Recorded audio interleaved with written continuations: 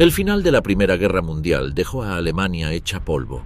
Aunque su territorio casi no fue invadido, las condiciones que le impusieron las potencias vencedoras fueron vistas como una humillación total. El tratado firmado en junio de 1919 obligó a Alemania a aceptar la culpa de la guerra, entregar tierras, reducir su ejército a niveles mínimos y pagar mucho dinero que no tenía. El gobierno alemán se había venido abajo en noviembre de 1918. Empezaron con motines en puertos del norte, donde marineros y obreros se rebelaron. Eso empujó al emperador a dejar el poder y huir. En su lugar se creó una república improvisada, con líderes socialdemócratas que trataban de mantener el control en medio del desorden. Esa república sería conocida como la de Weimar, porque ahí se aprobó la nueva constitución. Desde el primer día, esa república tuvo enemigos por todos lados. Militares, monárquicos y políticos de derecha nunca aceptaron su existencia. Para ellos, rendirse y firmar el tratado fue una traición. Inventaron la idea de que el ejército alemán no había sido derrotado en el campo de batalla, sino traicionado por los políticos. Ese cuento se volvió muy popular entre los nacionalistas y se usó durante años para atacar a los nuevos gobernantes. La economía se vino abajo enseguida. La guerra había dejado al país sin dinero y con muchas deudas. Para pagar lo que pedían los vencedores, el gobierno empezó a imprimir billetes sin control. Eso desató una inflación que nadie podía parar. En 1923, $1 valía billones de marcos. El sueldo perdía valor en cuestión de horas. Comprar pan era una carrera contra el tiempo. Los ahorros de toda una vida se esfumaban en días. La angustia era total. En medio de ese desastre aparecieron bandas armadas de todo tipo. Grupos comunistas querían repetir lo que había pasado en Rusia. En varias ciudades intentaron tomar el poder. Al mismo tiempo, ex-soldados formaban milicias de derecha que golpeaban huelguistas y mataban políticos de izquierda. Una de las más activas eran los Freikorps, con excombatientes que despreciaban la democracia y soñaban con restaurar el imperio. Las calles se volvieron zonas de guerra. Había asesinatos, ataques y revueltas todo el tiempo. Ministros, jueces, sindicalistas y empresarios eran blanco de atentados. En ese ambiente muchos empezaron a mirar con nostalgia los tiempos del viejo imperio. Para ellos, la república solo traía caos e inseguridad. Y tenían razones para pensarlo. El ejército fue recortado por el tratado. Solo podían tener 100.000 soldados. Eso no alcanzaba ni para proteger las fronteras. La policía no daba abasto. En muchas regiones mandaban los grupos armados o autoridades locales. El Estado era débil y se notaba. El sistema político nuevo tenía voto para todos, un parlamento y reglas modernas. Pero no funcionaba bien. Había muchos partidos, nadie lograba mayoría y los gobiernos duraban muy poco. La gente veía que la democracia no resolvía nada. Las potencias vencedoras no se iban. Tropas extranjeras ocupaban partes del país, como el Ruhr, y vigilaban que Alemania cumpliera lo firmado. Eso generaba más rabia entre la población. La prensa de derecha usaba esos hechos para hablar de humillación y traición. En esa situación surgieron grupos que antes eran vistos como locos. Sus ideas extremas empezaban a sonar menos raras. Hablaban de nacionalismo, antisemitismo, mano dura y orgullo patrio. Uno de esos grupos se llamaba Partido Obrero Alemán. Era chico, pero muy ruidoso. Se reunían en cervecerías y hablaban de recuperar el país. A uno de esos encuentros fue un exsoldado llamado Adolf Hitler. Había peleado en el frente sin grandes logros, pero hablaba fuerte y sabía conectar con la gente. Los líderes del grupo lo notaron. En poco tiempo se volvió su principal orador. Su discurso mezclaba odio, culpa y promesas de venganza. Decía que los judíos, los comunistas y los políticos habían destruido Alemania, y muchos le creyeron. Ese pequeño partido cambió de nombre y se convirtió en el Partido Nacional Socialista Alemán de los Trabajadores. Todavía era minoritario, pero el terreno estaba listo. La república no podía dar orden ni comida. La gente tenía miedo y buscaba respuestas. Entre los escombros de 1919 empezó a crecer el movimiento que iba a cambiar todo. El despertar del nacionalsocialismo. Después del caos de la posguerra, el Partido Obrero Alemán era solo uno más entre muchos grupos pequeños que aparecían en Múnich. A finales de 1919 no pasaban de 50 personas. Su plan era reunir a obreros que estuvieran hartos del marxismo, pero también del sistema tradicional.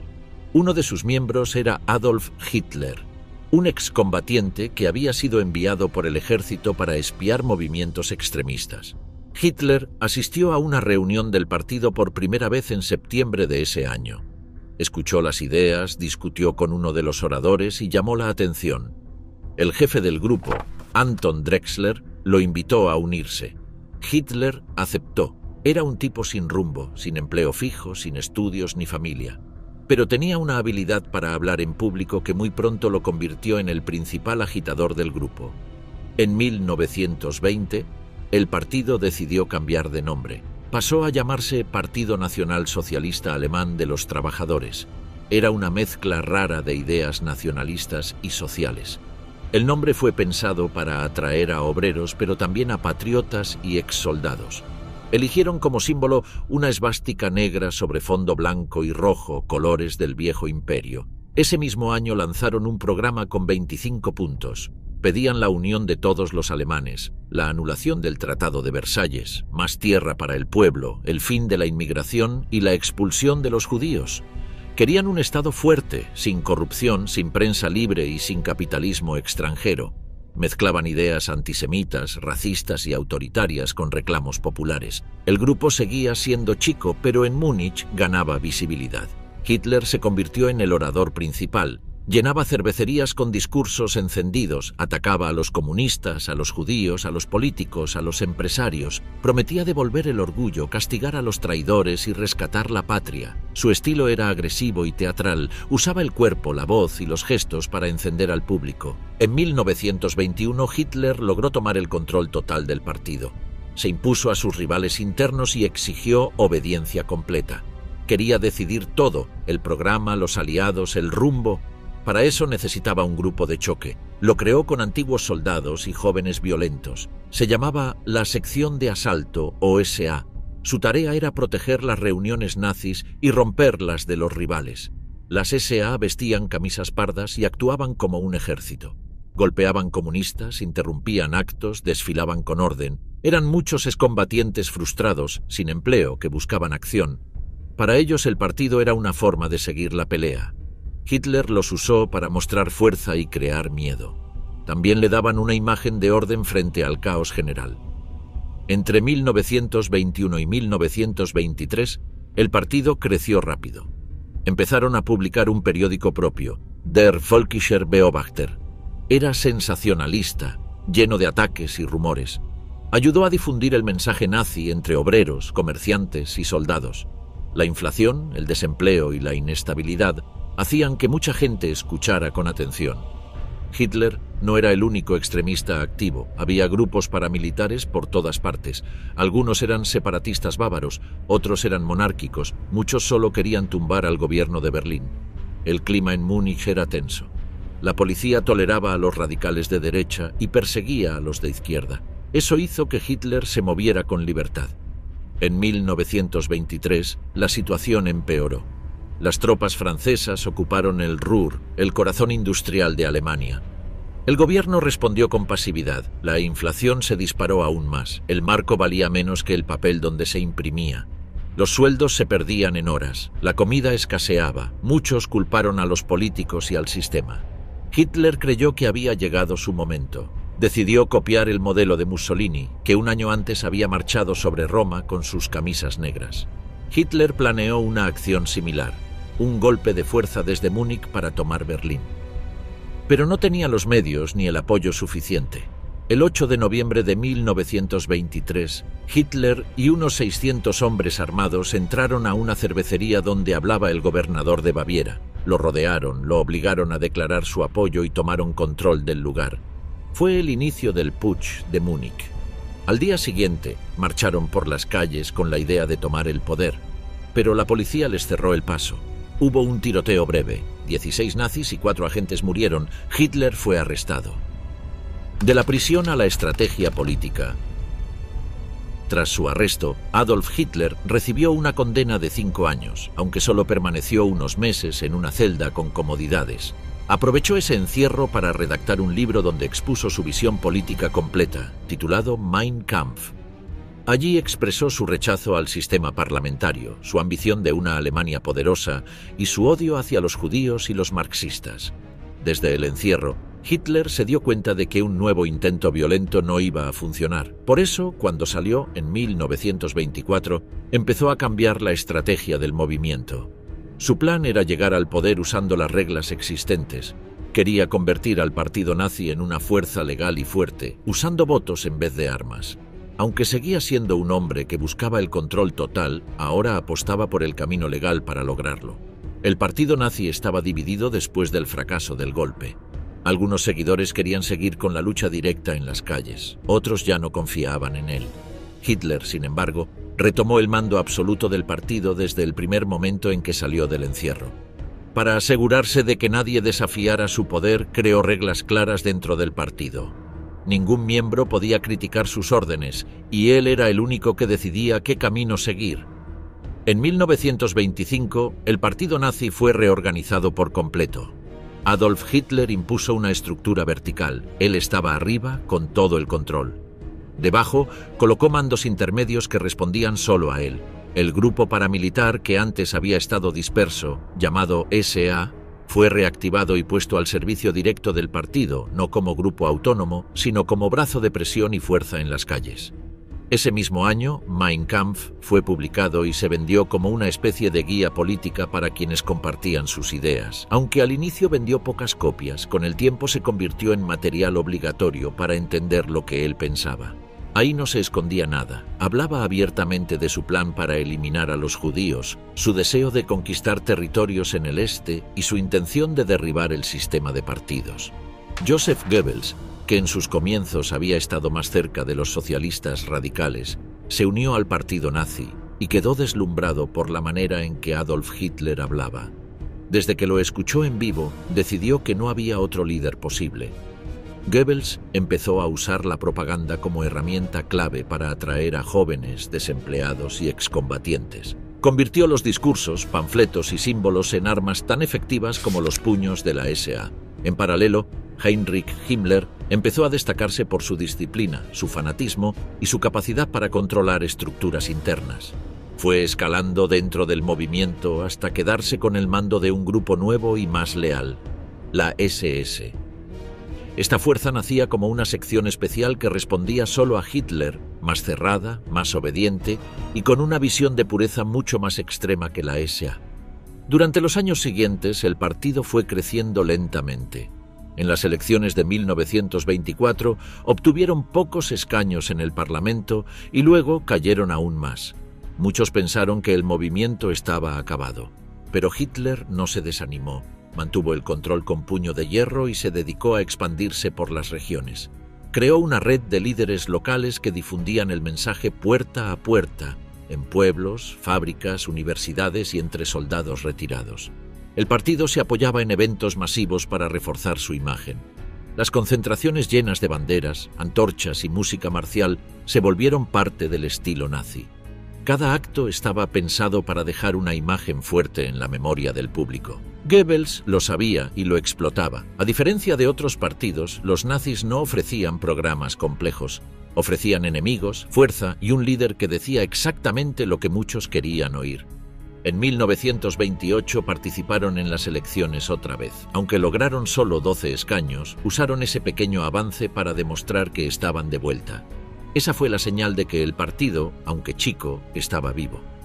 Mientras tanto, la situación económica del país empeoraba, el desempleo crecía y la confianza en los partidos tradicionales se caía a pedazos. Las ayudas extranjeras que habían llegado con el Plan Dawes ya no eran tan seguras. Muchos economistas advertían que la dependencia de préstamos externos era una bomba de tiempo. En 1929, esa bomba estalló. La caída de la bolsa en Estados Unidos arrastró a los bancos alemanes. En pocos meses, miles de empresas cerraron, el desempleo subió como nunca y las filas para recibir comida se alargaron. La desesperación se sintió en cada barrio. Fue en ese momento cuando el mensaje de Hitler empezó a calar más fuerte. Mientras los partidos tradicionales discutían sin llegar a acuerdos, él se presentaba como la única figura firme. En sus discursos no ofrecía soluciones técnicas. Gritaba, señalaba culpables y prometía que los verdaderos alemanes recuperarían el país. La crisis le dio el escenario perfecto para crecer. Joseph Goebbels intensificó su trabajo propagandístico. Usó el desempleo, la miseria y el miedo como material constante para sus mensajes. Cada panfleto mostraba a un pueblo traicionado, a un sistema podrido y a un futuro posible solo con Adolf Hitler al frente. Las imágenes eran directas. Colas de hambre, rostros tristes, obreros arruinados. El partido prometía trabajo, orgullo, seguridad y castigo para los traidores. En paralelo, los empresarios comenzaron a mirar con atención al movimiento. Aunque no compartían del todo su violencia o sus ideas raciales, sí veían en Hitler a alguien capaz de frenar a los comunistas. Grandes industriales, como Fritz Thyssen, empezaron a financiar al partido. Querían un freno al caos, una figura fuerte, alguien que acabara con las huelgas y protegiera la propiedad. Hitler, sin abandonar su discurso radical, empezó a moderar algunas formas para ganarse ese apoyo. El partido también cambió su manera de organizarse. Creó secciones por edades, por profesiones, por regiones. La juventud tenía su propio grupo, con actividades y adoctrinamiento. Las mujeres también. Se organizaban cursos, excursiones, celebraciones, todo con la idea de crear identidad. Cada miembro era parte de una maquinaria que funcionaba con disciplina y obediencia. Los líderes locales recibían órdenes directas de Múnich, donde estaba el centro de operaciones del partido. La SA siguió expandiéndose. Para 1929 contaba con decenas de miles de miembros. Aunque la policía los vigilaba, actuaban con libertad en muchas zonas. Golpeaban opositores, interrumpían actos de rivales y protegían los encuentros del partido. En varias ciudades funcionaban como una fuerza paralela, eran temidos y al mismo tiempo vistos por algunos sectores como garantes de orden frente al caos. La figura de Hitler ganaba protagonismo absoluto. Decidía cada paso. Nadie hablaba sin su aprobación ni cuestionaba sus decisiones. Goebbels lo mostraba como un guía. En los carteles, su rostro ocupaba el centro. En los mítines, su voz dominaba la escena. La idea de que solo él podía rescatar al país se repetía sin pausa. La base social del partido también creció. Si al inicio atraía sobre todo a veteranos de guerra y pequeños comerciantes, ahora sumaba a obreros desempleados, campesinos arruinados y jóvenes sin futuro. El mensaje era simple. Ellos eran víctimas de una élite corrupta y de enemigos internos. El partido se mostraba como un movimiento del pueblo con disciplina y dirección. El salto electoral hacia el poder. En septiembre de 1930, el Partido Nacional Socialista Alemán del Trabajo logró un avance inesperado. Pasó de 12 escaños a 107 en el Parlamento. Fue el segundo grupo más grande, detrás del Partido Socialdemócrata. Esa votación mostró que el discurso de Adolf Hitler había conectado con una parte importante de la población. El impacto de la crisis económica y el desempleo masivo se reflejó directamente en las urnas. Joseph Goebbels dirigió una campaña intensa, llenaron ciudades con carteles, organizaron actos callejeros, usaron radios y altavoces. Mostraban a Hitler como un hombre fuerte, como alguien capaz de dar respuestas cuando todos los demás callaban. Los mítines eran enormes, con banderas, uniformes y saludos coordinados. Cada detalle buscaba mostrar orden, fuerza y dirección. Las fábricas cerraban, los bancos quebraban y la pobreza crecía. Muchos alemanes veían que el sistema ya no funcionaba. Adolf Hitler no hablaba de planes técnicos. Prometía justicia, castigo para los responsables y un país grande otra vez. El mensaje era simple y directo. No necesitaba explicaciones. Solo bastaba con escuchar y decidir. Las SA intensificaron sus acciones. Protegían los actos del partido, patrullaban barrios y golpeaban a rivales políticos. La policía, sobrepasada o desinteresada, casi no intervenía. En muchos pueblos el grupo actuaba con total libertad. Aumentó su número de integrantes, muchos jóvenes sin trabajo que buscaban pertenecer a algo. Las élites empezaron a tomar nota. Algunos empresarios y banqueros vieron en el partido una fuerza útil contra el comunismo. El propio Fritz Thyssen se acercó más. Se abrieron líneas de dinero, encuentros privados, acuerdos discretos. A Hitler le bastaba con que no lo frenaran. Ganar influencia era el siguiente paso. Paul von Hindenburg, el presidente, no simpatizaba con Hitler. Lo veía como un agitador, un oportunista sin formación, pero también entendía que el país se desmoronaba. Las elecciones demostraron que los partidos tradicionales ya no podían sostener un gobierno estable. Desde entonces se empezó a gobernar por decreto. Heinrich Brüning, el canciller en ese momento, trató de contener la crisis recortando gastos y subiendo impuestos. Sus decisiones hicieron que la recesión se sintiera con más fuerza. El descontento aumentó. Su apoyo político se redujo y sus medidas no generaban resultados visibles. Hitler aprovechó ese desgaste. Durante 1931, el Partido Nacional Socialista extendió su red territorial. Aumentaron las sedes locales, los centros juveniles y los grupos femeninos. Las campañas de afiliación eran diarias. En los pueblos los mensajes llegaban por radio o por voceros del partido. En las ciudades los desfiles eran comunes. Goebbels se encargó de los contenidos. Redactaba boletines, dirigía la prensa partidaria y hablaba en eventos masivos. Mostraba a Hitler como un hombre de destino, un elegido que traería estabilidad. Al mismo tiempo señalaba culpables: marxistas, judíos, extranjeros, traidores. El lenguaje era agresivo, directo, sin matices. En julio de 1932 se realizaron nuevas elecciones. El partido obtuvo más de 13 millones de votos. Consiguieron 230 escaños. Ahora eran la fuerza más grande del Parlamento. Ese resultado confirmó que ya no eran una minoría marginal. Adolf Hitler exigió el cargo de canciller, quería el poder completo. El presidente Hindenburg se negó. Nombró a Franz von Papen como nuevo canciller. Este no tenía partido propio. Gobernaba sin mayoría parlamentaria. Fue una decisión impopular. Hitler no aceptó quedar relegado. Organizó más mítines, desafió al gobierno, movilizó a las SA. La tensión crecía cada semana. Von Papen disolvió el Parlamento y llamó a nuevas elecciones en noviembre de 1932. El partido de Hitler perdió 2 millones de votos, pero aún así mantuvo 196 escaños. Seguían siendo los primeros. Los comunistas también subieron. La polarización era evidente. Hermann Göring fue elegido presidente del Parlamento. Desde esa posición bloqueó varias medidas del gobierno. Controlaba la agenda y usaba el cargo para frenar a sus adversarios. Von Papen renunció. Kurt von Schleicher tomó su lugar. Intentó dividir al Partido Nacional Socialista ofreciendo cargos a algunos de sus miembros. La estrategia fracasó. Hitler no permitió fracturas. Mostró control total sobre su organización. Rechazó todos los acercamientos. Quería la Cancillería o nada. Los contactos entre el partido y sectores conservadores aumentaron. Algunos empresarios, militares y políticos veían que Hitler podía ser útil si era contenido. Pensaban que, una vez en el gobierno, podrían manejarlo. Lo veían como un vehículo para restaurar el orden, no como un peligro real.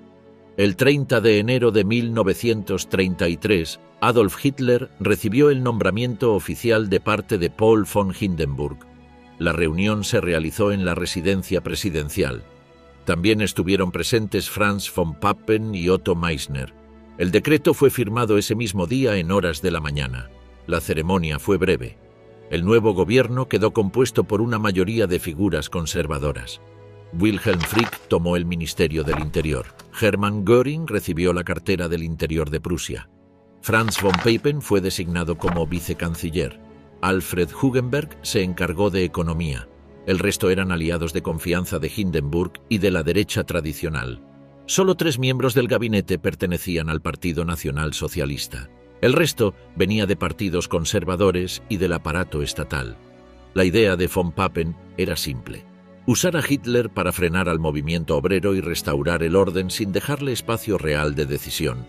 Lo veían como una figura útil pero manejable. El nombramiento no generó resistencia institucional. Las Fuerzas Armadas aceptaron la decisión. Los empresarios mostraron aprobación. Algunos incluso enviaron cartas de respaldo.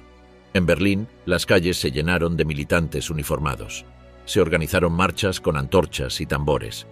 La prensa aliada al nuevo gobierno habló de un nuevo comienzo. Goebbels redactó el primer comunicado. Hablaba de un cambio necesario, de una limpieza moral y de una recuperación nacional. El tono era agresivo, con llamados a la unidad bajo un liderazgo firme. Se distribuyó en miles de copias por todo el país. Los periódicos del partido lo replicaron sin editar. Desde el primer día, El nuevo gabinete actuó con rapidez. Se prohibieron varias manifestaciones obreras. Se censuraron publicaciones de izquierda. En algunas regiones se detuvieron a activistas sindicales. La policía recibió órdenes de colaborar con las SA. Göring coordinó estas acciones desde Prusia, sin pasar por el Parlamento. Franz von Papen celebró reuniones con empresarios y diplomáticos. Aseguraba que la situación estaba bajo control. Prometía estabilidad, inversiones y paz social. Decía que Hitler no tenía mayoría propia, que el poder real estaba en manos del presidente y de los ministros conservadores. Negó cualquier plan radical. Adolf Hitler convocó al gabinete a sesiones casi diarias. Escuchaba a todos, pero imponía ritmo y temas. Evitaba discusiones largas, exigía rapidez y lealtad.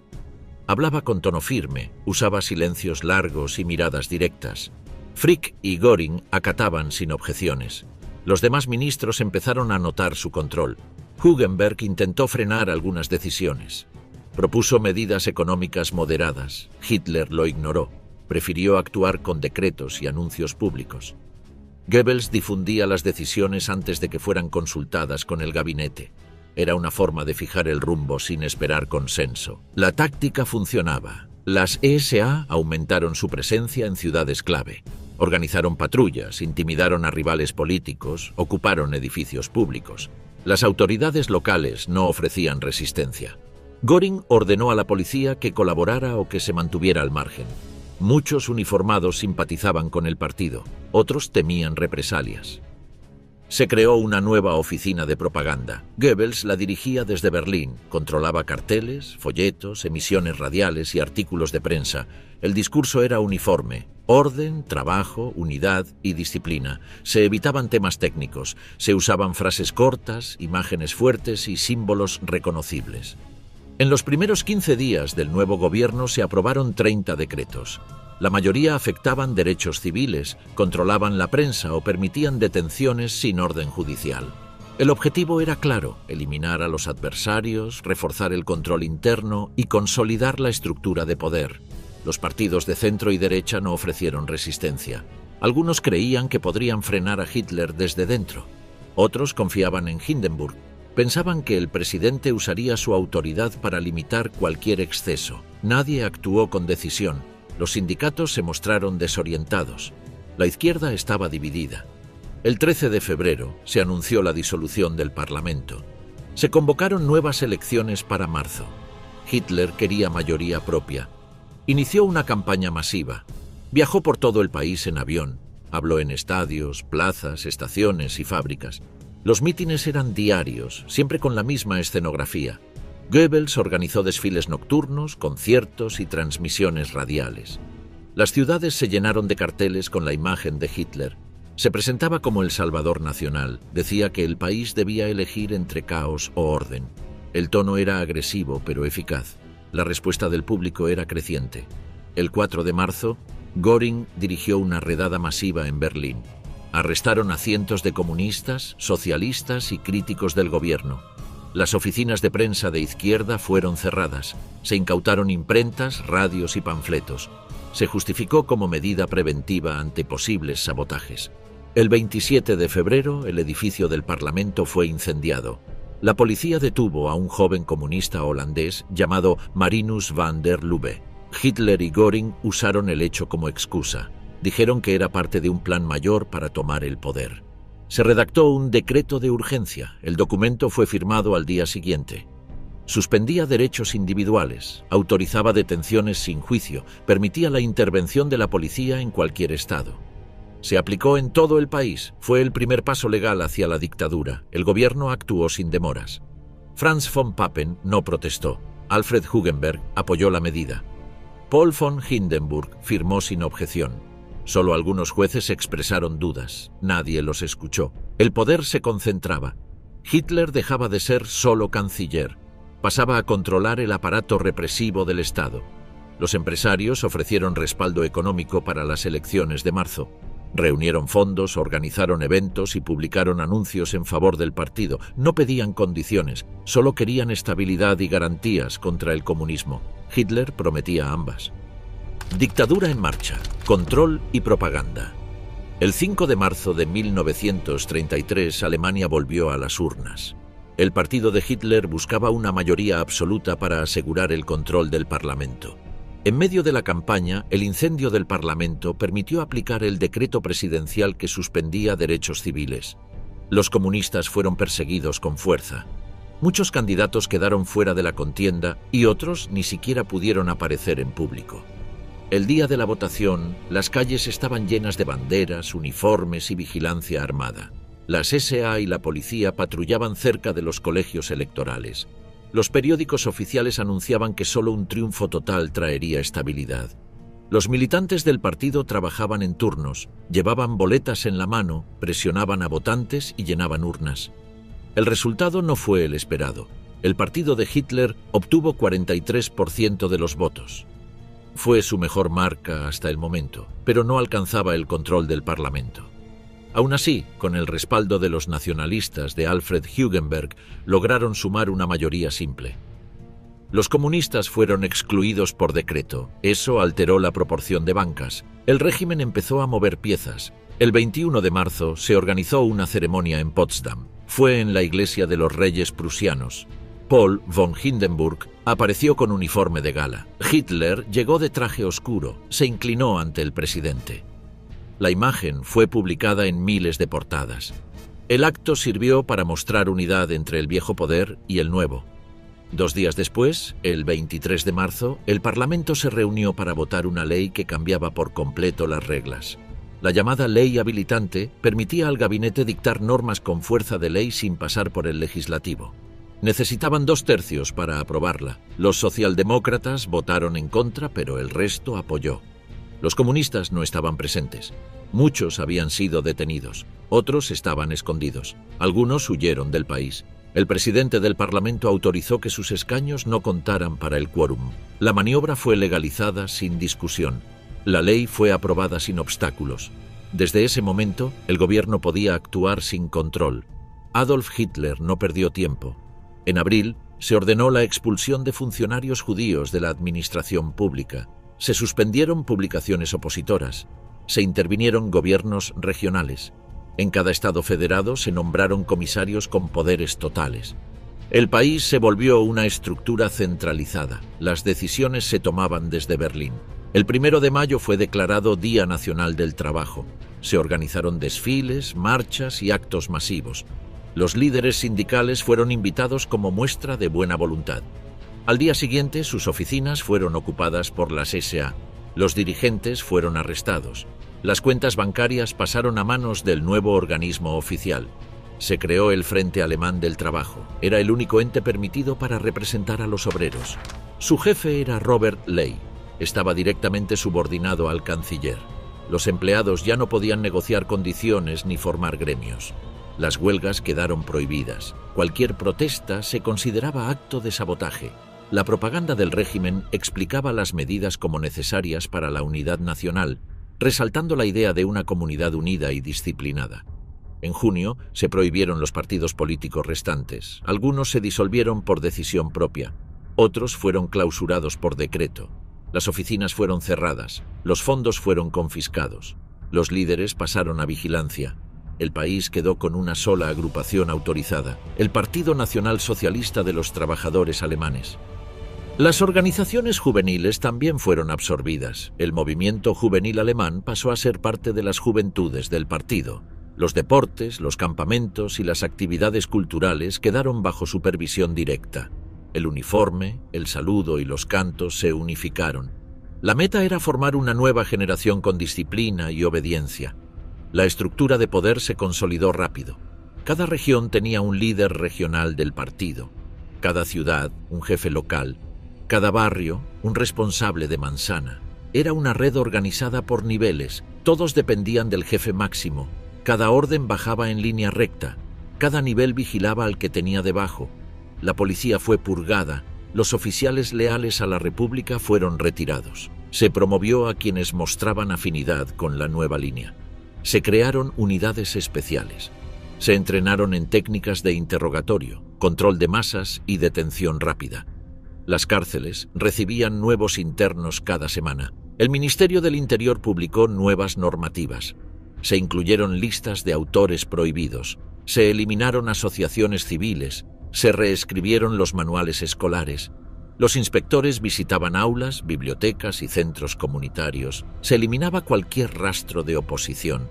También se promovía una imagen única del país. La figura de Adolf Hitler empezó a aparecer en retratos, billetes, sellos, libros, álbumes y estampas. Era mostrado como líder fuerte, protector del pueblo, defensor de la patria. Las radios repetían su voz. Los discursos eran emitidos en cadena.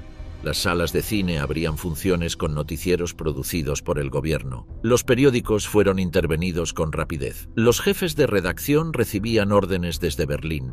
Se revisaban titulares, imágenes y comentarios. Las publicaciones independientes fueron cerradas o absorbidas.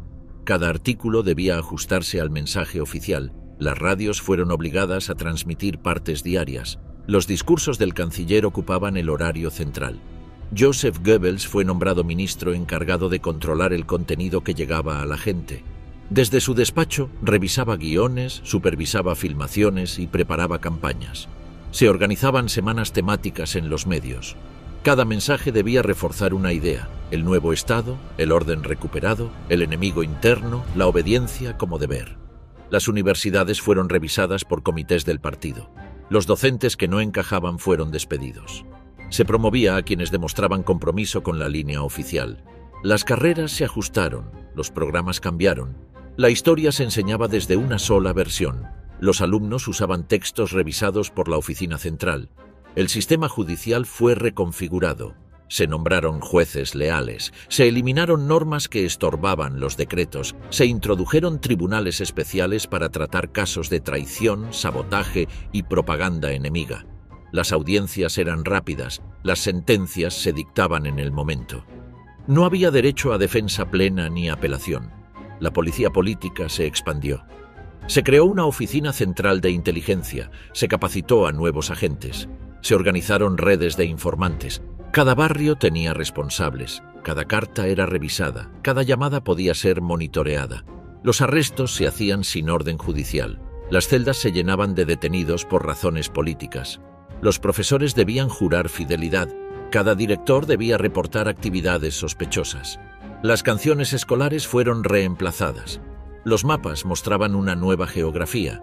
Las biografías permitidas se limitaban a figuras aprobadas. Las palabras, los símbolos y hasta los colores fueron estandarizados. La cultura quedó bajo un solo control. Los médicos debían afiliarse a la organización del partido. Se reguló la atención médica. Se obligó a registrar datos detallados de los pacientes. Se usaron esas listas para aplicar políticas selectivas. Las clínicas privadas fueron intervenidas. Los hospitales estatales quedaron bajo vigilancia. Se prohibieron ciertas investigaciones. Se impulsaron otras con aval oficial. Los artistas fueron llamados a reuniones. Se les explicó que toda obra debía servir al pueblo. Las exposiciones eran supervisadas. Las galerías privadas recibían visitas inesperadas. Se retiraban piezas que no cumplían. Se organizaban muestras itinerantes para promover el nuevo estilo. Los escultores, pintores y músicos tenían que adaptarse. Las iglesias fueron presionadas para alinearse. Se impulsó una federación nacional controlada por dirigentes aprobados. Algunos pastores aceptaron, otros se resistieron. Se les negó acceso a medios, recursos o permisos. Se retiraron licencias, se revisaban sermones, se sancionaba cualquier crítica indirecta. Se formó un grupo contrario dentro del clero. Los registros civiles se reorganizaron. Se exigía declarar origen étnico. Se crearon nuevas categorías en los documentos. Los matrimonios eran evaluados por comités locales. Se otorgaban certificados solo a quienes cumplían ciertos criterios. Las parejas recibían recomendaciones oficiales. Las bodas se realizaban bajo rituales diseñados por el partido. Los nombres de calles fueron modificados. Se colocaron placas nuevas en 1000 esquinas. Las plazas pasaron a llamarse conmemorando a los caídos del movimiento. Las estatuas antiguas fueron reemplazadas por bustos del nuevo líder. Se eliminaron símbolos del pasado. Las estaciones de tren cambiaron de nombre. Las fiestas patrias fueron redefinidas. Se eliminaron fechas asociadas con la república anterior. Se incorporaron nuevas celebraciones. Cada aniversario del partido se festejaba con desfiles, cánticos, juramentos colectivos y actos escolares. Se distribuían panfletos con instrucciones. Las familias debían decorar sus casas con banderas. Los empleados públicos recibían cursos obligatorios. Se evaluaba su comportamiento, se revisaban antecedentes familiares, se pedía participación en actos partidarios, se vigilaba asistencia a reuniones, cualquier desvío era anotado. Se formaron expedientes, los ascensos dependían de la lealtad. Los despidos eran inmediatos en caso de duda. Las fábricas pasaron a formar parte del Sistema Nacional del Trabajo. Los propietarios firmaban convenios, se aplicaban normas comunes, se obligaba a colgar retratos en los salones. Las instrucciones llegaban desde el Ministerio del Trabajo. Se pedía donar al Fondo Patriótico. Los empleados eran evaluados por su conducta cívica. Los barrios obreros fueron pintados con lemas. Se organizaron juegos colectivos. Se distribuían folletos puerta a puerta. Se instalaban altavoces para transmitir discursos. Las marchas nocturnas eran frecuentes. Los jóvenes portaban antorchas. Se les daba formación física, ideológica y paramilitar. Cada semana tenían actividades programadas. Los tribunales actuaban con base en simples denuncias. Una charla casual o una frase interpretada como crítica bastaba para terminar en prisión. La gente aprendió a callar, a sentir y repetir. El miedo se volvió parte del día a día. Las visitas eran escasas, las cartas evitaban temas sensibles y la autocensura se convirtió en norma. Para finales de julio de 1933, el país estaba bajo un mando único, con una voz y un discurso centralizados. Partidos, sindicatos, publicaciones independientes y asociaciones sin control oficial desaparecieron. Todo elemento ajeno al proyecto fue suprimido. La purga interna. La noche de los cuchillos largos. Adolf Hitler venía acumulando poder desde hacía más de un año, pero todavía enfrentaba obstáculos internos que podían ponerlo en peligro. Uno de ellos era Ernst Röhm, jefe de las SA, una organización armada que superaba en número al propio ejército alemán. Röhm buscaba que estas tropas fueran el nuevo ejército del país y con eso ganarse un lugar central dentro del poder. Las SA, que en otros tiempos habían sido útiles para intimidar a rivales políticos y mostrar fuerza en las calles, se habían convertido en un problema para Hitler. La cúpula militar no aceptaba que un grupo de milicianos callejeros los reemplazara. Los generales tradicionales desconfiaban del comportamiento de Röhm, de su discurso igualitario y de su insistencia en una segunda revolución.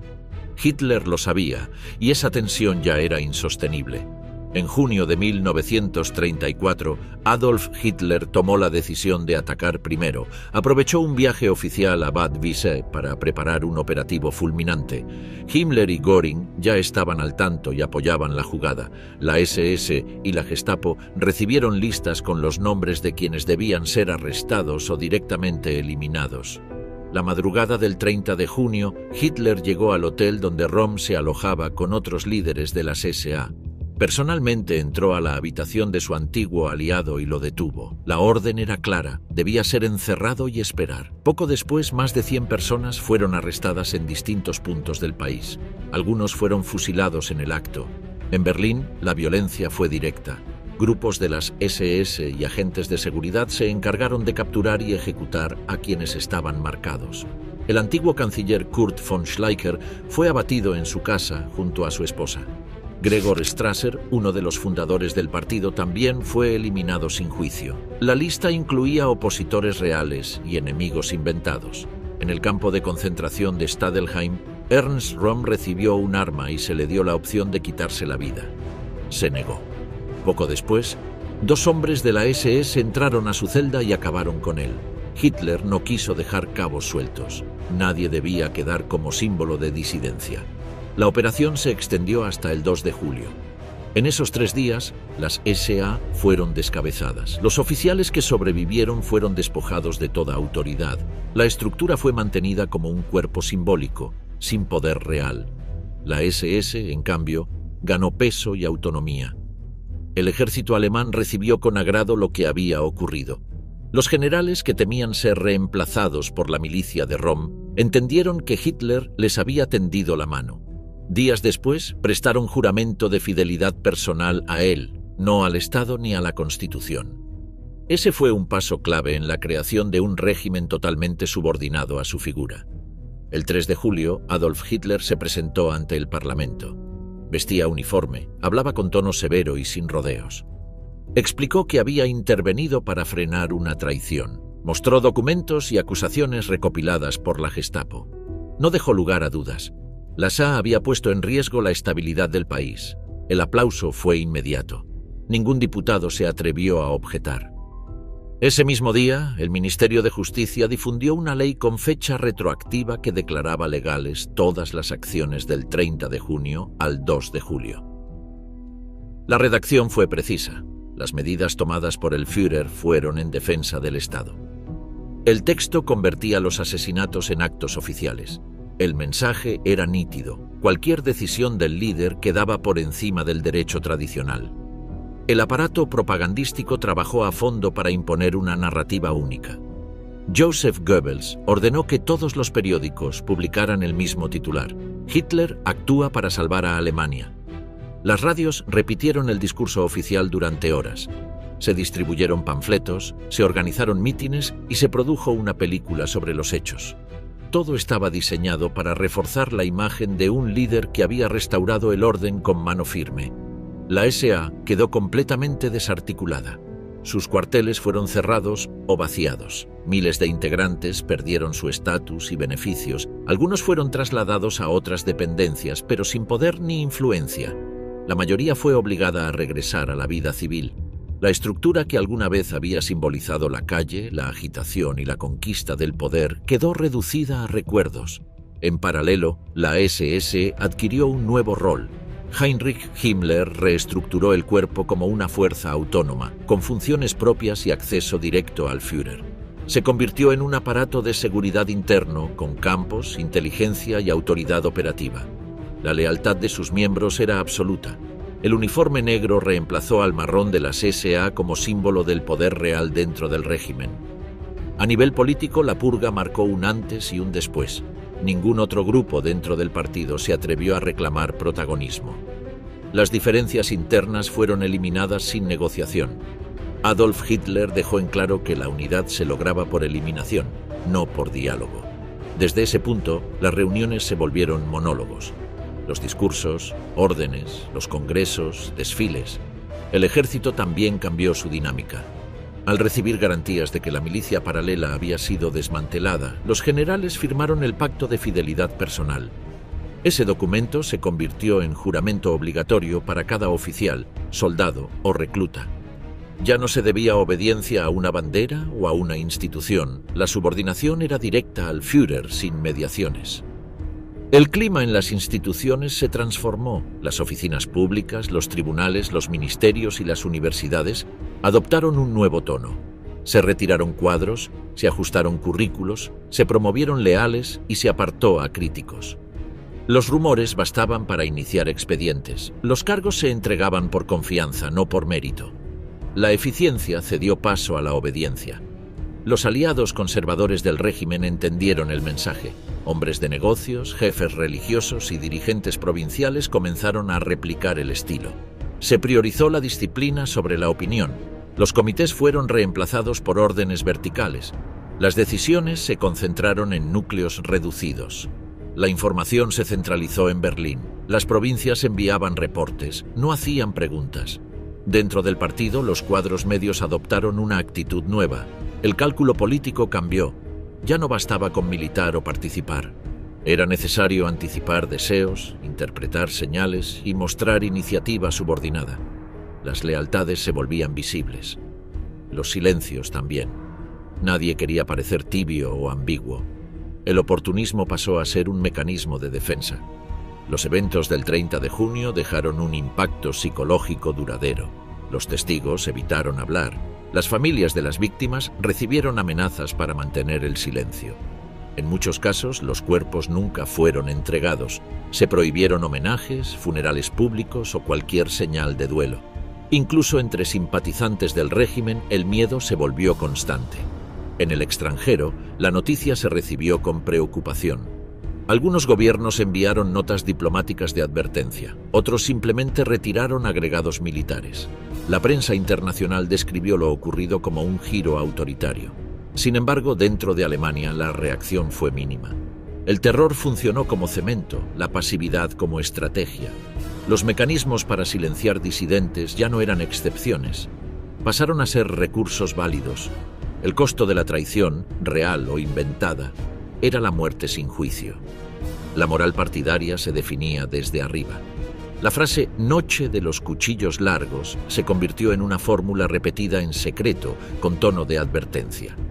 Entre cuadros del partido se utilizaba como código para describir situaciones delicadas. En la administración funcionaba como sinónimo de purga.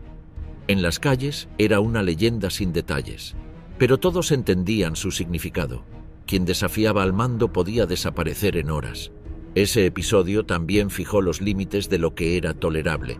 Si Adolf Hitler estaba dispuesto a eliminar a sus propios compañeros históricos, nadie más quedaba a salvo. El cálculo ya no pasaba por ideología, sino por lealtad. El liderazgo dentro del régimen pasó a ser una cuerda floja. Ascender implicaba riesgo. Caer era definitivo. A partir de entonces, las decisiones ya no necesitaban consenso. Bastaba con una señal desde la Cancillería para cambiar el rumbo de una política, para cerrar una institución o para reemplazar un gabinete completo. Capital y Reich, la alianza empresarial. Después de eliminar a Ernst Röhm y consolidar su control sobre el ejército, Adolf Hitler centró su estrategia en asegurar el respaldo de los sectores empresariales. Desde su llegada al poder, los líderes económicos habían visto con expectativa el rechazo del régimen a los sindicatos, su discurso anticomunista y la promesa de orden. Pero aún existía incertidumbre sobre los planes reales del nuevo gobierno respecto a la economía. Durante 1934, Hitler comenzó a eliminar esas dudas. Uno de los primeros pasos fue garantizar a los grandes empresarios que sus propiedades, inversiones y márgenes de maniobra quedarían intactos. Las expropiaciones, típicas de otros movimientos radicales, fueron descartadas. Las reuniones con figuras clave de la industria, como Gustav Krupp o Fritz Thyssen, se volvieron frecuentes. El mensaje era directo. El Estado quería cooperación, no intervención. Al mismo tiempo, el Partido Nacional Socialista disolvía por completo a los sindicatos independientes. La vieja estructura obrera fue reemplazada por el Frente Alemán del Trabajo, encabezado por Robert Ley.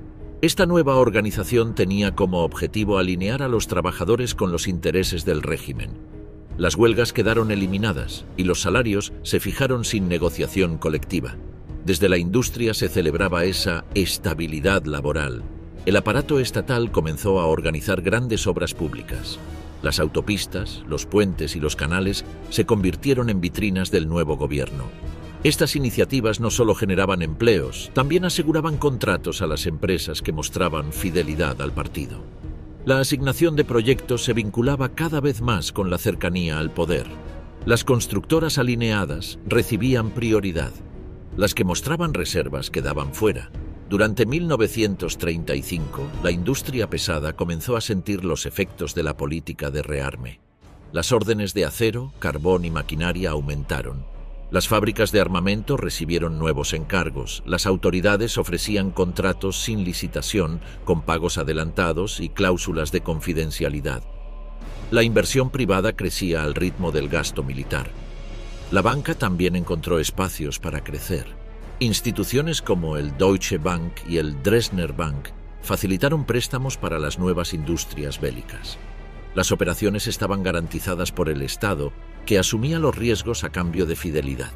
Los beneficios eran altos y los controles escasos. Mientras tanto, el Ministerio de Economía, bajo Hjalmar Schacht, mantenía una política monetaria flexible y negociaba directamente con las principales cámaras empresariales. Hitler delegaba en sus ministros la gestión económica, pero supervisaba de cerca las relaciones políticas. Mantenía reuniones privadas con empresarios clave y ofrecía garantías de continuidad. A cambio, exigía compromiso con los objetivos del régimen. Ese pacto no era formal, pero sí claro. Apoyo financiero a cambio de protección y expansión. Las contribuciones al partido se multiplicaron y muchas compañías crearon fondos ocultos para financiar actividades del NSDAP. El rearme fue el núcleo de esa alianza. Las industrias vinculadas al sector militar se convirtieron en pilares del nuevo sistema. Las fábricas de aviones, tanques y armas ampliaron su capacidad. La creación de empleo ocultaba el desvío masivo de recursos hacia fines bélicos. El desempleo se reducía, pero las estadísticas eran manipuladas. Se excluían a las mujeres, a los judíos y a los trabajadores forzados del conteo oficial. Durante este periodo, Hitler reforzó el control ideológico dentro del mundo empresarial. Los líderes de cámaras de comercio, gremios y asociaciones sectoriales fueron reemplazados por miembros del partido. Las decisiones ya no respondían solo a criterios económicos, sino también políticos. La obediencia se volvió requisito para recibir contratos, licencias o acceso a divisas. Las exposiciones industriales, organizadas por el régimen, se convirtieron en vitrinas de propaganda. Se presentaban como evidencia del renacer económico alemán, pero detrás había una red de dependencia entre el poder político y los grandes grupos empresariales. Cada proyecto servía a un doble objetivo: modernización y control. La economía fue moldeada según las necesidades del partido, se eliminó toda forma de oposición sindical, se restringió la competencia externa y se favoreció a los aliados. El sistema no permitía márgenes de disenso. Las decisiones se tomaban desde arriba y el margen de maniobra empresarial dependía de la cercanía al partido. En paralelo, la política económica avanzaba hacia el objetivo del rearme total. La oficina del Plan Cuatrienal, impulsada en 1936, definió los sectores clave: acero, caucho, petróleo sintético, aluminio y armamento. Se diseñaron programas de sustitución de importaciones y se crearon empresas mixtas para desarrollar tecnologías propias. Cada nueva fábrica estaba ligada al esfuerzo militar, aunque se presentara como avance industrial. El régimen fomentó también la incorporación de jóvenes a la economía controlada. Se crearon programas de formación técnica vinculados a fábricas estatales o aliadas. El adoctrinamiento comenzaba en la escuela y continuaba en talleres organizados por el Frente Alemán del Trabajo. La disciplina, la obediencia y la subordinación eran las bases del modelo. En zonas rurales, las cooperativas fueron reorganizadas. Se eliminó cualquier forma de autogestión y se impuso una estructura jerárquica donde los delegados del partido decidían la distribución de recursos. Los precios agrícolas eran fijados por las autoridades y los excedentes se destinaban a reservas estratégicas. La propiedad seguía siendo privada, pero su uso quedaba supeditado a objetivos del Estado. El uso de mano de obra forzada comenzó a organizarse de forma preliminar en esta etapa. Aunque todavía no existía el sistema de trabajo esclavo extendido que se vería años después, ya se experimentaba con prisiones y campos de internamiento. Las autoridades asignaban a ciertos empresarios contingentes de trabajadores detenidos, bajo condiciones opacas. Esto servía como ensayo para lo que vendría. A nivel internacional, el régimen buscó mantener la imagen de un país en recuperación. Las visitas diplomáticas incluían recorridos por fábricas modelo, estadios modernos y vías rápidas. Las cifras de desempleo eran maquilladas y los informes financieros eran adaptados para mostrar equilibrio. El objetivo era atraer crédito externo sin revelar la verdadera orientación militar de la economía. La élite empresarial se fue adaptando. Algunos aceptaban por pragmatismo, otros por convicción. Las ganancias eran altas y el margen de maniobra dependía de la cercanía al poder. Muchas compañías desarrollaron sus propios canales de comunicación con jerarcas del partido. Se ofrecían donaciones, beneficios en especie, viajes, favores. El vínculo era directo, funcional y sin controles. A fines de 1936, la economía alemana ya operaba bajo una lógica completamente subordinada al proyecto político. No había espacio para iniciativas que no se alinearan con los objetivos del régimen. La burocracia económica actuaba como filtro ideológico. Las decisiones se tomaban desde la cúspide del partido y se ejecutaban de forma vertical. El aparato empresarial quedó atrapado en esa estructura. Exclusión racial y leyes de Nuremberg. En septiembre de 1935, durante el Congreso del Partido en Nuremberg, Adolf Hitler presentó un conjunto de normativas que formalizaron la exclusión jurídica de los judíos en Alemania. Estas disposiciones, conocidas como las leyes de Nuremberg, fueron elaboradas rápidamente por el Ministerio del Interior y validaron en el papel lo que ya se venía imponiendo de hecho desde hacía 2 años: la marginación total del pueblo judío de la sociedad alemana. La primera ley definía quién era considerado judío. Se basaba en criterios genealógicos, no religiosos. Si una persona tenía 3 o más abuelos judíos, era clasificada como judía, independientemente de su fe o identidad cultural. 2 abuelos judíos bastaban para ser etiquetado como mestizo de primer grado. El sistema establecía jerarquías raciales. La pertenencia quedaba sellada por el linaje, no por la conducta. No existía modo de escapar de esa categoría. La etiqueta era permanente. La segunda ley retiraba a los judíos su ciudadanía. Dejaban de ser ciudadanos del Reich, solo conservaban un estatus de súbditos sin derechos políticos. Esto implicaba la exclusión de toda representación, el veto al servicio público y la prohibición de ocupar cargos docentes, judiciales o administrativos. También perdían el derecho a votar y a presentarse a elecciones. La estructura legal borraba su pertenencia al cuerpo político de Alemania. La tercera disposición, conocida como la Ley para la Protección de la Sangre y el Honor alemanes, prohibía los matrimonios y relaciones sexuales entre judíos y ciudadanos alemanes. Cualquier vínculo íntimo era considerado una amenaza biológica para la pureza del pueblo. Las parejas ya casadas no podían seguir conviviendo legalmente. Las relaciones sentimentales mixtas pasaron a ser tratadas como delitos. Se criminalizaba el contacto humano, no solo el institucional. El aparato del Estado se encargó de implementar las nuevas normas. Las oficinas locales del partido, las comisarías, las escuelas y los juzgados recibieron instrucciones precisas. Se elaboraron registros raciales. Los formularios exigían declarar la procedencia de los abuelos. Las familias tuvieron que revisar sus árboles genealógicos. Los errores o falsificaciones eran castigados. Los funcionarios se convirtieron en agentes de clasificación étnica. Los tribunales especiales, conocidos como tribunales de raza, comenzaron a operar con rapidez. Su función era verificar la ascendencia de los acusados y determinar su pertenencia racial. Las decisiones se basaban en certificados de nacimiento, partidas de bautismo y testimonios. Las personas eran sometidas a procesos largos y humillantes. Algunos intentaban probar que no eran judíos. Otros eran denunciados por vecinos, exparejas o rivales. Los periódicos publicaban casos ejemplares. Se informaba de profesores expulsados, médicos destituidos, empresarios despojados de sus negocios. Los nombres se divulgaban como escarmiento. El mensaje era claro: no había espacio para quienes portaran sangre judía. Las leyes se aplicaban incluso en zonas rurales y alejadas. La vigilancia era constante. Los informantes estaban por todas partes. El miedo al señalamiento obligaba a las familias a cortar lazos. La policía recibía instrucciones de actuar sin demoras.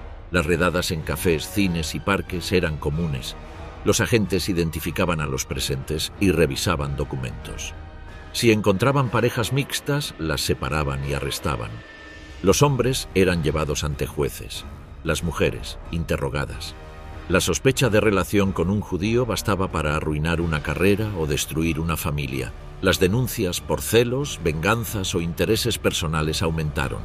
La prensa oficial reforzaba el discurso racial. Joseph Goebbels, desde el Ministerio de Propaganda, impulsó campañas para glorificar la pureza alemana. Las revistas juveniles mostraban imágenes de familias arias ideales. Las películas incluían mensajes sobre los peligros del mestizaje. En las escuelas, los maestros enseñaban biología racial como parte del currículo. Se hacían mediciones craneales, análisis faciales y exámenes de origen. Las empresas se sumaron al proceso. Muchas comenzaron a despedir a sus empleados judíos sin necesidad de justificación legal. Otras colocaban carteles en sus vitrinas: prohibido el ingreso a judíos. El transporte público fue restringido. Las universidades negaban matrícula a estudiantes con ascendencia no aria. En los hospitales, los médicos judíos fueron reemplazados por profesionales afiliados al partido. Las asociaciones profesionales expulsaron a sus miembros señalados. En el ámbito privado, los efectos eran devastadores. Vecinos de toda la vida dejaban de saludar. Las invitaciones desaparecían. Los comercios rechazaban clientes conocidos. La exclusión social acompañaba la legal. Los niños sufrían burlas en los patios. Las familias quedaban aisladas, las mudanzas forzadas se multiplicaban. Muchos comenzaron a buscar formas de salir del país, aunque las trabas burocráticas lo hacían cada vez más difícil. Los líderes del partido celebraban la eficacia de las medidas. Se hablaba de una limpieza del cuerpo nacional. Las cifras eran exhibidas con orgullo.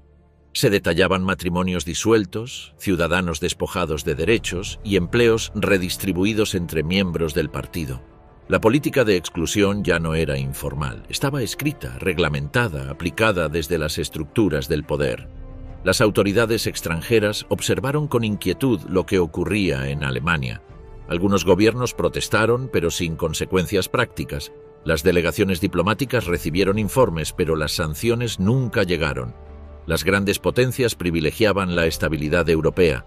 Los empresarios extranjeros continuaban firmando contratos. El régimen entendió que podía avanzar sin frenos. Para el verano de 1936, el sistema de exclusión racial estaba completamente consolidado.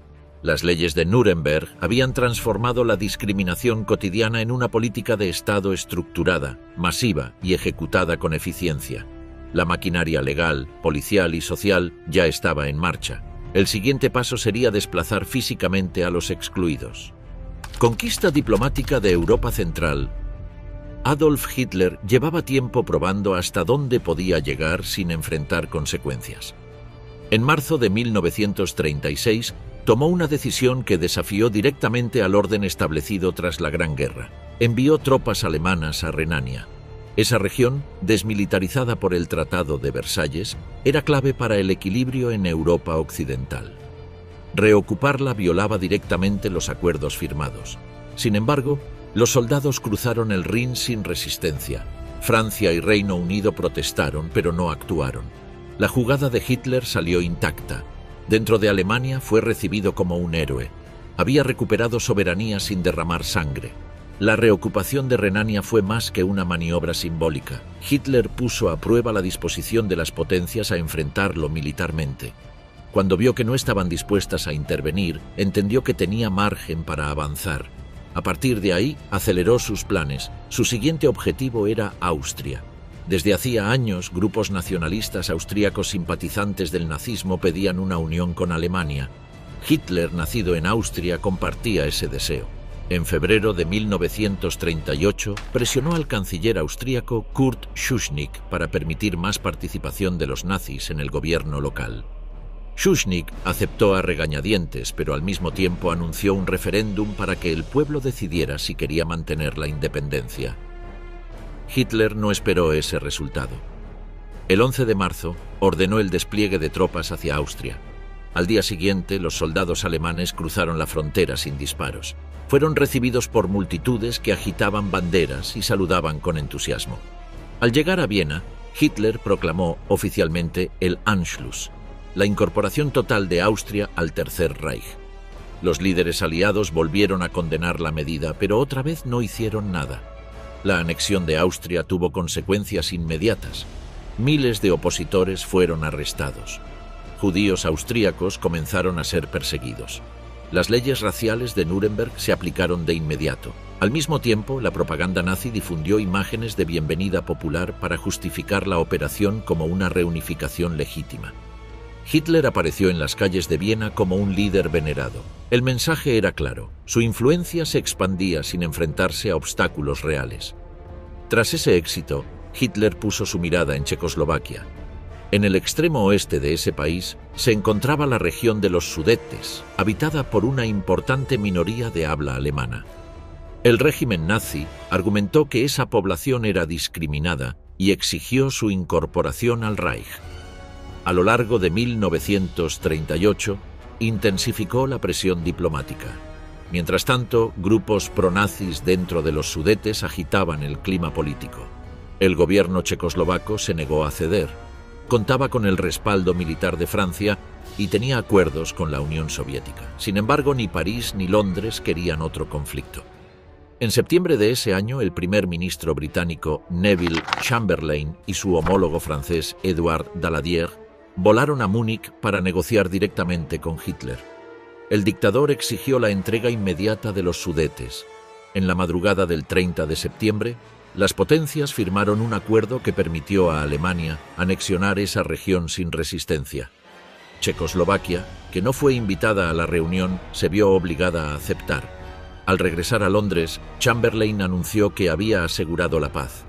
En Berlín, Hitler lo consideró una victoria total. La anexión de los Sudetes reforzó la percepción de que el Tercer Reich podía expandirse sin disparar. Hitler había logrado modificar fronteras mediante presión, amenazas y diplomacia agresiva. Cada avance debilitaba a sus vecinos y fortalecía su imagen en casa. El ejército, los empresarios y la población celebraban el crecimiento del país sin las pérdidas que implicaba una guerra abierta. Con los Sudetes en manos alemanas, la industria checa, sus líneas defensivas y buena parte de su producción armamentística quedaron bajo control nazi. Hitler no necesitó una invasión completa para obtener una ventaja estratégica. Al año siguiente, Checoslovaquia sería desmembrada por completo. En 3 años, el Tercer Reich había logrado expandirse territorialmente sin necesidad de combates. La comunidad internacional había cedido cada vez que Hitler subía la apuesta. Las lecciones de Renania, Austria y los Sudetes demostraron que, mientras las potencias dudaban, él avanzaba. El equilibrio europeo se había roto sin batallas formales, solo con desfiles militares, discursos públicos y amenazas calculadas. Polonia bajo fuego, el inicio de la guerra. A comienzos de 1939, Adolf Hitler ya había logrado incorporar Renania, Austria y los Sudetes al Tercer Reich sin disparar un solo tiro. Sin embargo, su ambición no terminaba ahí. Tenía en la mira a Polonia, un país que había recuperado su independencia después de la Primera Guerra Mundial y que contaba con acceso al mar gracias al llamado Corredor Polaco, una franja que separaba Prusia Oriental del resto de Alemania. El régimen nazi había iniciado una intensa campaña mediática para presentar a Polonia como una amenaza. La propaganda hablaba de supuestos abusos contra la minoría alemana que vivía en territorio polaco. Además, Hitler reclamaba el control de la ciudad libre de Danzig y exigía una conexión territorial entre Alemania y Prusia Oriental. Las autoridades polacas se negaron a ceder. Varsovia sabía que cualquier concesión sería seguida por nuevas demandas. En marzo de 1939, Hitler rompió públicamente el acuerdo firmado en Múnich con Reino Unido y Francia. Ese mismo mes, ocupó el resto de Checoslovaquia, dejando en evidencia que su palabra no tenía valor diplomático. Ante ese avance, Londres y París anunciaron que garantizarían la independencia de Polonia. El mensaje fue directo: si Alemania atacaba, habría guerra. Hitler no se detuvo. En agosto, sus diplomáticos negociaron en secreto con la Unión Soviética. El 23 de ese mes se firmó el pacto Ribbentrop-Molotov. Oficialmente, era un acuerdo de no agresión. En la práctica incluía cláusulas secretas para repartirse Europa del Este. Alemania obtendría el oeste de Polonia, mientras que la URSS tomaría el este y los países bálticos. Con ese pacto asegurado, Hitler tuvo vía libre para lanzar su ofensiva. En la madrugada del 1 de septiembre de 1939, tropas alemanas cruzaron la frontera polaca. La invasión se ejecutó con una estrategia coordinada que combinaba unidades terrestres, divisiones blindadas y ataques aéreos. Fue la primera demostración del estilo de guerra que los nazis llamaron Blitzkrieg, o guerra relámpago. Las defensas polacas, aunque valientes, no lograron frenar el avance. La Luftwaffe bombardeó rutas, estaciones de tren y ciudades. Varsovia fue atacada desde el aire desde los primeros días. La maquinaria alemana avanzaba con rapidez, cortando líneas de comunicación y sembrando el caos. Las imágenes de columnas de tanques atravesando pueblos polacos marcaron un nuevo tipo de conflicto, rápido, brutal y sin tregua. El 3 de septiembre, Reino Unido y Francia cumplieron su promesa. Declararon la guerra a Alemania. Sin embargo, durante semanas no realizaron operaciones ofensivas reales. Fue el inicio de lo que luego se conoció como la Guerra Falsa. Mientras tanto, Polonia luchaba sola. El 17 de septiembre, aprovechando la situación, la Unión Soviética invadió por el este. El país quedó atrapado entre dos potencias que habían pactado su destrucción. En menos de un mes, el Estado polaco dejó de existir como entidad soberana. Varsovia cayó el 28 de septiembre. Las autoridades fueron arrestadas, deportadas o eliminadas. Las zonas ocupadas por Alemania quedaron bajo administración militar, mientras que la región oriental quedó en manos soviéticas. Millones de civiles quedaron atrapados en medio del conflicto. Las ejecuciones, los campos de internamiento y las deportaciones comenzaron de inmediato. El ataque a Polonia marcó el punto de quiebre definitivo. La Segunda Guerra Mundial ya era una realidad. La estrategia de Hitler, basada en tomar territorios sin oposición directa, había terminado. Desde ese momento tendría que enfrentar a enemigos armados y decididos. Aún así, confiaba en que su superioridad militar le daría ventaja. El régimen nazi apostaba a una guerra corta, fulminante y victoriosa. La invasión de Polonia también reveló la naturaleza del proyecto nazi. No se trataba solo de redibujar fronteras. Las autoridades alemanas iniciaron de inmediato un proceso sistemático de eliminación de líderes políticos, intelectuales, maestros, curas y cualquier figura que pudiera representar una identidad nacional polaca. Fue el inicio de una política de ocupación brutal y de reconfiguración étnica que se extendería en todos los territorios conquistados. La operación terminó consolidando el dominio de Adolf Hitler sobre el aparato militar y político del Reich. La Wehrmacht demostró su eficacia y la Gestapo amplió su red en los territorios ocupados. Las SS comenzaron a implementar sus métodos de control y represión a gran escala. En pocos días, la lógica del terror se impuso como forma de gobierno en el este. Para millones de europeos, ese 1 de septiembre fue el inicio de una nueva etapa de violencia, ocupación y muerte. Lo que comenzó como una operación para recuperar una ciudad portuaria se transformó en una guerra global que cambiaría para siempre el destino del continente.